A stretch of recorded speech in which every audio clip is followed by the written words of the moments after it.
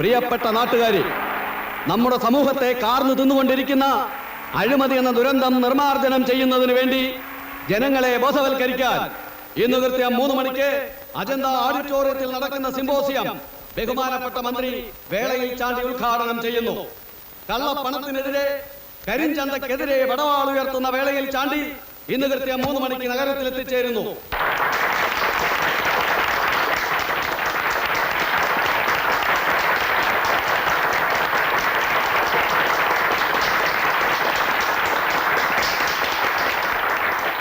ബഹുമാനപ്പെട്ട മന്ത്രി ശ്രീ വേളയിൽ ചാണ്ടി ഇപ്പോൾ നിങ്ങളോട് സംസാരിക്കുന്നതായിരിക്കും.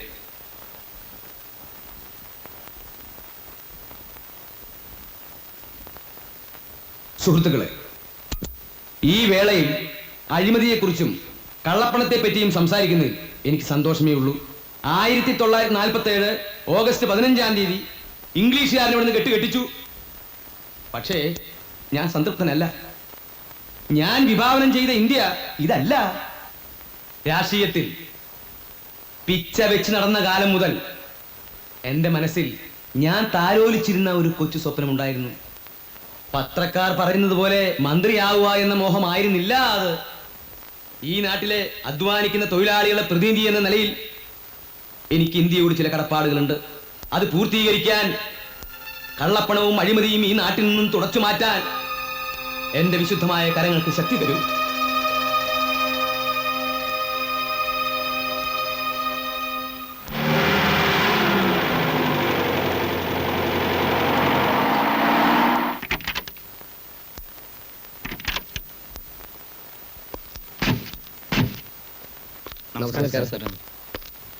എന്റെ പൊന്നു ലൂസി, ഞാൻ പറയുന്ന ഒന്ന് കേക്ക്. നിങ്ങളൊക്കെ വന്നിട്ട് കുറെ നേരം ആയോ? ഇല്ല, സാറിന്ന് വരുമെന്ന് അറിഞ്ഞപ്പോ പിന്നെ നന്നായി, വളരെ നന്നായി. സാറിനെ കാണാനും നിവേദനം തരാനും നമ്മുടെ നിയോജക മണ്ഡലത്തിൽ നിന്ന് കുറെ കൃഷിക്കാർ വന്നിട്ടുണ്ട്. അവരോട് നിവേദനങ്ങളൊക്കെ കൊണ്ട് കുഴിച്ചിട്ടിട്ട് എന്തെങ്കിലും കൃഷിക്കാര്യങ്ങളിൽ ശ്രദ്ധിക്കാൻ പറയൂ. ഓ ശരി. കൃഷിക്കാരെ കൊണ്ടുള്ളൊരു ശല്യം.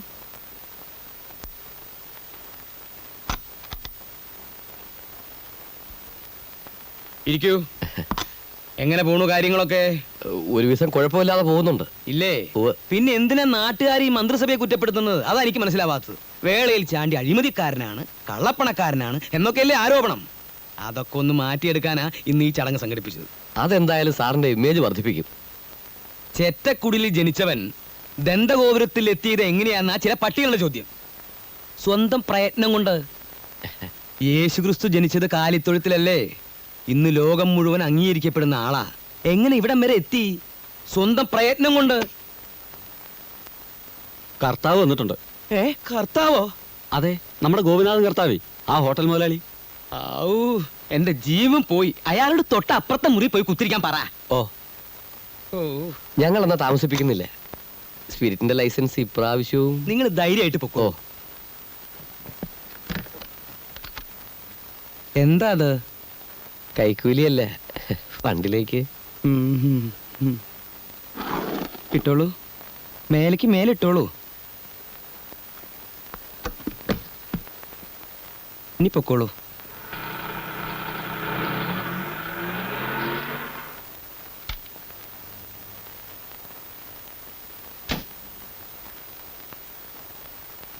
എല്ലാവരും ഉണ്ടല്ലോ. മിനിസ്റ്ററെ കണ്ടു കഴിഞ്ഞാ?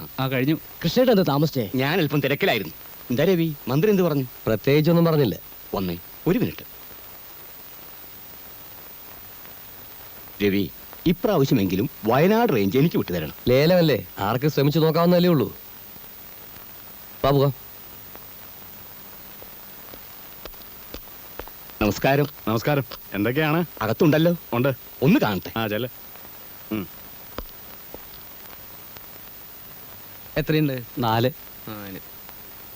നമസ്കാരം. ഓ, താനായിരുന്നു. ഒന്ന് മുട്ടിട്ട് 100 രൂപ. അങ്ങനെ ഒരു ആവശ്യമുണ്ടെന്ന് തോന്നിയില്ല. താ പുറത്തു പോയി നിൽക്ക്, അല്ലെങ്കിൽ വല്ലവരും കൊണ്ട് എഴുന്നള്ളും. ഓ, നാളെ തന്റെ മഞ്ഞപത്രത്തിൽ വരുവടോ മന്ത്രി വേളയിൽ ചാണ്ടിയുടെ തലയിൽ നോട്ടുകൊണ്ട് അഭിഷേകം എന്നൊക്കെ. ഒന്ന് ചുമ്മാ ഇരു സാറേ. അങ്ങനെ വലുതും ഇന്നേ വരെ എന്റെ പത്രത്തിൽ വന്നിട്ടുണ്ടോ? അങ്ങനെ അങ്ങോട്ട് തീർത്ത് പറയാൻ പറ്റില്ല. താ എനിക്കെതിരായ ചില ഒളിയമ്പുകൾ വിട്ടതൊന്നും ഞാൻ അറിയാതിരുന്നിട്ടില്ല. അല്ല, ഇനി അഥവാ അങ്ങനെ വലുതും വന്നിട്ടുണ്ടെങ്കിൽ അത് വല്ല അച്ചടിപ്പശയായിരിക്കും. അങ്ങനെയുള്ള അച്ചടി പെശക ഈ പെശകെന്ന് പറയുന്നത്. അത് വെച്ച് വലിയ കളി കളിക്കണ്ട. അതൊക്കെ പോട്ടെ, എങ്ങനെയുണ്ടോ തന്റെ പത്രത്തിന്റെ ഓട്ടം? 500 1000 അത് ഒരെണ്ണോ? അയ്യോ, 1,00,000 കവിയും. തുടങ്ങിയിട്ട് ഇന്ന് വരെയുള്ള കണക്കല്ല ഞാൻ ചോദിച്ചത്. ഓ, സാറിന്റെ ഒരു തമാശ. എടോ അമ്പലക്കള്ള, തനിക്ക് ബിൽഡിംഗ് പണിയുണ്ട്, അബ്കാരി ഉണ്ട്, എസ്റ്റേറ്റ് ഉണ്ട്. പിന്നെ എന്തിനാടോ ഈ കടലാസിന്റെ വില പോലും കിട്ടാത്ത ഈ പത്രം കൊണ്ട് നടക്കുന്നത്? അതുള്ളത് കൊണ്ടാണല്ലോ സാറേ കഥയിൽ മുട്ടാതെ അകത്ത് കയറാൻ കഴിഞ്ഞത്. ആ ശരി ശരി, അതൊക്കെ പോട്ടെ. ഇപ്പൊ തന്റെ വരവിന്റെ ഉദ്ദേശം എന്താ? അത് പിന്നെ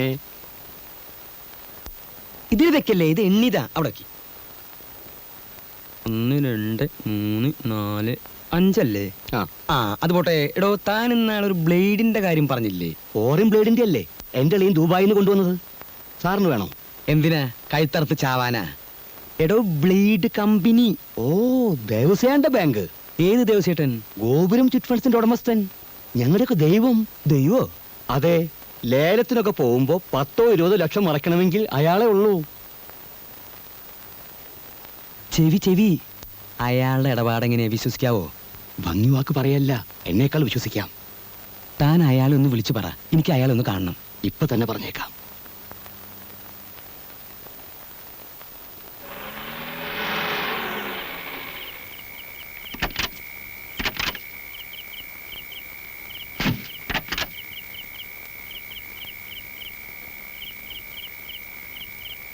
പേടിക്കാനൊന്നുമില്ലെന്നേ. ഇല്ലല്ലേ? ഇല്ല.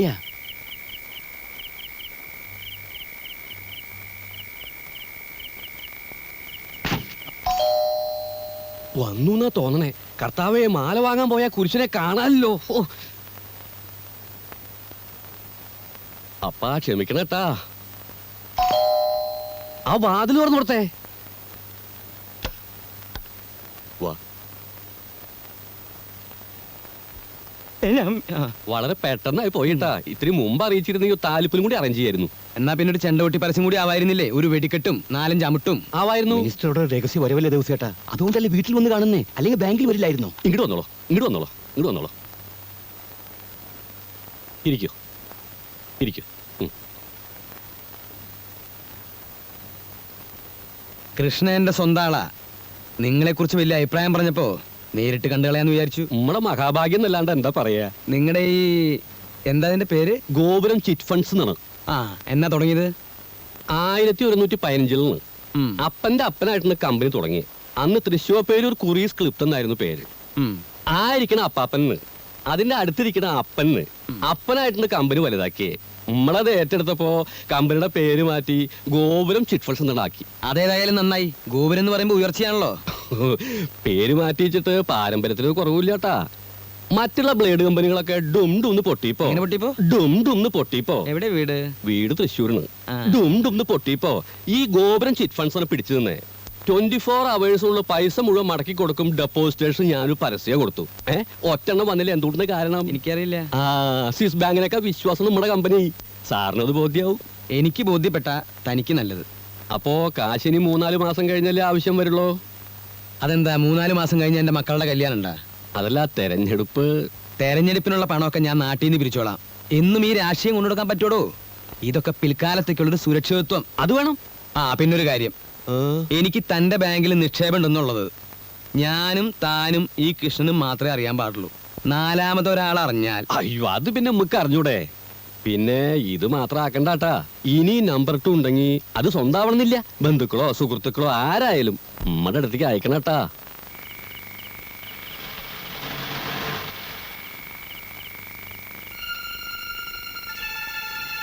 അപ്പൊ എല്ലാം പറഞ്ഞു പോ.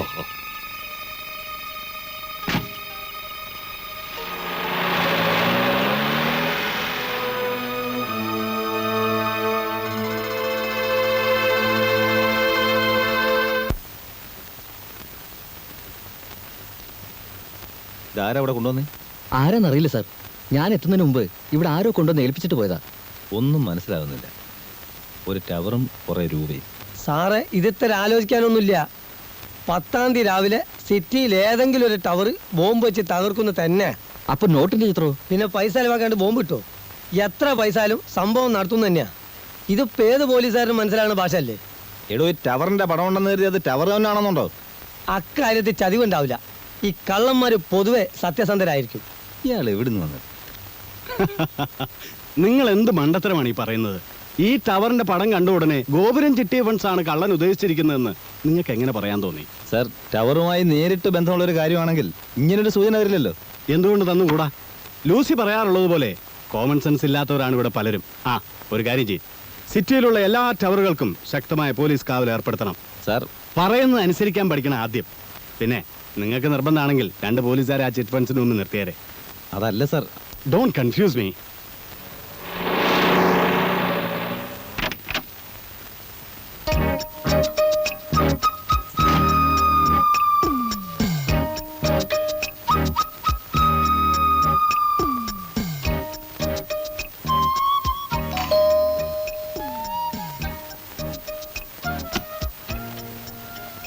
ദേവസിയില്ലേ?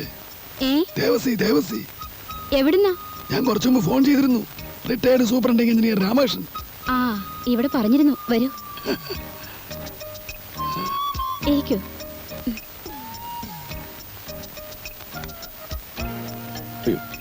നമസ്കാരം. നമസ്കാരം. ആ, നമസ്കാരം, നമസ്കാരം. ഇരുന്നോളൂ.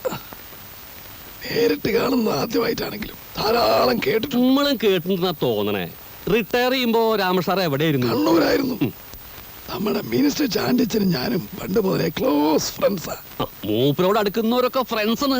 എന്തൊരു ആത്മാർത്ഥയാണ്. ഓ, അപ്പോ മുഖവരില്ലാതെ കാര്യം പറയാം. ഫോണിലൂടെ ഇത്തരം കാര്യങ്ങൾ എങ്ങനെയാ സംസാരിക്കുന്നതെന്ന് വിചാരിച്ചിട്ടാ നേരിട്ട് വന്നത്. നന്നായി, വളരെ നന്നായി. എല്ലാ കാര്യങ്ങളും മിനിസ്റ്റർ എന്നോട് പറഞ്ഞിട്ടുണ്ട്. ആ ഒറ്റ ഉറപ്പിലാ എന്റെ പണം നിങ്ങളെ ഞാൻ ഏൽപ്പിക്കുന്നത്. അപ്പോഴേ ആ ഇരിക്കണ അപ്പന്, അതിന്റെ അടുത്തിരിക്കണ അപ്പന്റെ അപ്പനായിട്ടാണ് ഈ സ്ഥാപനം തുടങ്ങി. അപ്പനായിട്ട് അതിനെ വളർത്തി, നമ്മളായിട്ട് അതിനെ ഒന്നും കൂടി വളർത്തി. കർത്താവിന്റെ കാരുണ്യം കൊണ്ട് ഈ നാട്ടിൽ സാധാരണക്കാർക്ക് ദാരിദ്ര്യം ഉള്ളിടത്തോളം കാലം നമുക്കൊരു കുഴപ്പമില്ല. വിശ്വസിക്കാം, കണ്ണടച്ച് വിശ്വസിക്കാം. എന്നാ പണവുമായി ഞാൻ നാളെ രാവിലെ ഓഫീസിലേക്ക് വരാം. റോസിയെ, രാമൻ സാറ് ചായ എടുത്തോ? സാരമില്ല, ചായ കുടിച്ചോ. നമുക്കൊരു ഭാര്യയുണ്ട്, നല്ല അസല് പോത്തണ്. ആ, മിനിസ്റ്ററെ വിളിക്കുകയാണെങ്കിൽ നമ്മുടെ വകയായിട്ട് സ്പെഷ്യൽ നന്ദി കൂടെ പറഞ്ഞോളൂ. ദേവസി പറഞ്ഞാ പിന്നെ പറയാതിരിക്കാൻ പറ്റുമോ? നല്ല കാര്യായി.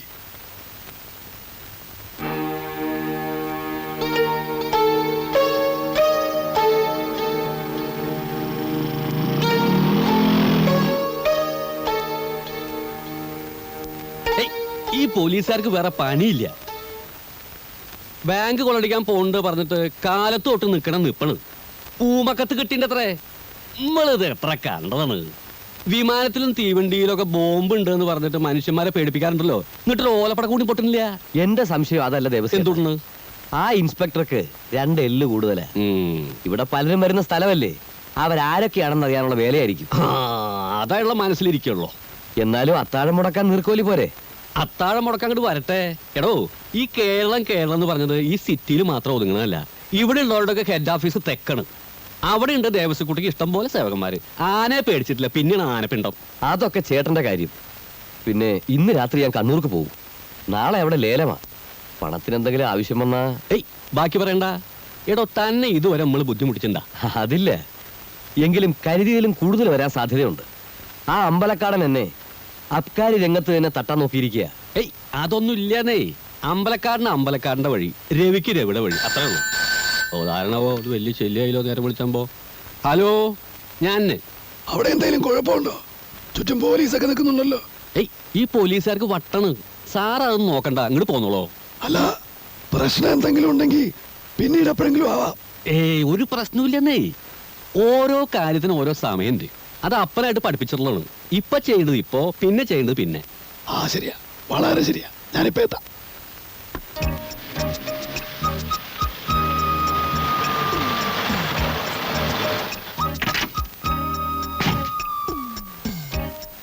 എന്താ ഇൻസ്പെക്ടർ സാറേ, ദേവസ്വം ബാങ്കിന്റെ പോയി പോലീസും പട്ടാളമൊക്കെ? നിങ്ങളാരാ? റിട്ടയർഡ് സൂപ്രണ്ടിംഗ് എഞ്ചിനീയർ രാമൻ സാറേ, ഇങ്ങോട്ട് പോന്നോളോ. സാറ് നമ്മുടെ സ്വന്തം ആളാണ്, പേടിക്കാനൊന്നുമില്ല. ഇങ്ങോട്ട് പോന്നോളൂ. ചെല്ലട്ടെ.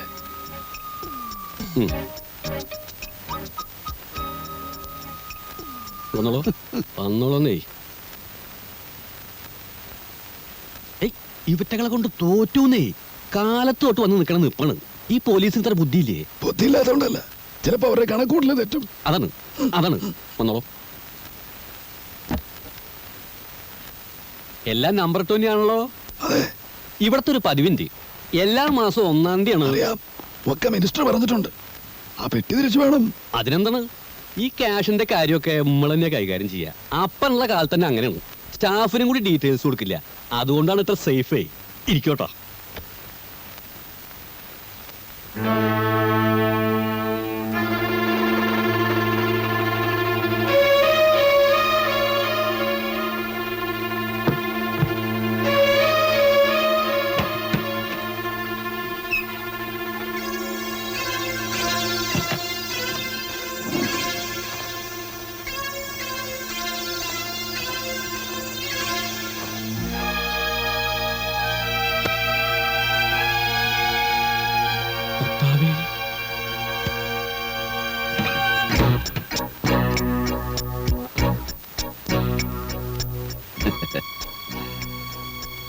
ഒരുപാട് പേര് ഒരു നേരത്തെ ആഹാരത്തിന് പോലും ബുദ്ധിമുട്ടുമ്പോൾ ഇവിടെ ഇത്രയും കള്ളപ്പണം പൂഴ്ത്തി വയ്ക്കുന്നത് തെറ്റല്ലേ ദേവസി?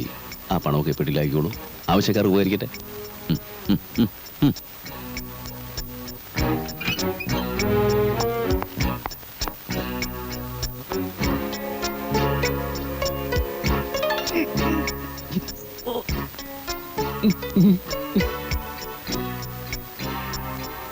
പുറത്ത് പോലീസ് ഉണ്ടെന്ന് വിചാരിച്ച് ബഹളം വയ്ക്കാൻ നിന്ന നഷ്ടം എനിക്കല്ല, തനിക്കാ.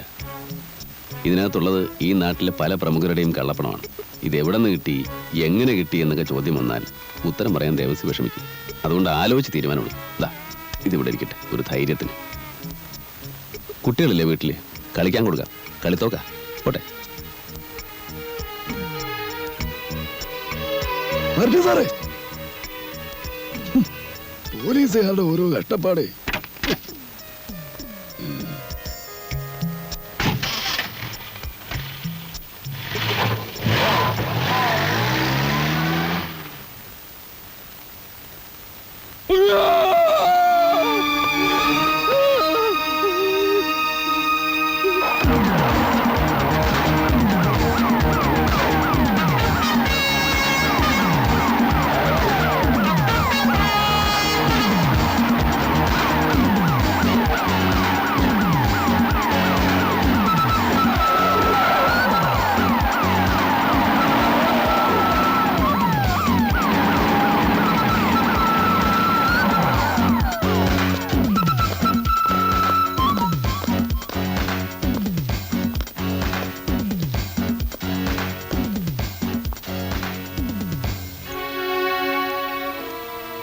Thank you inspector.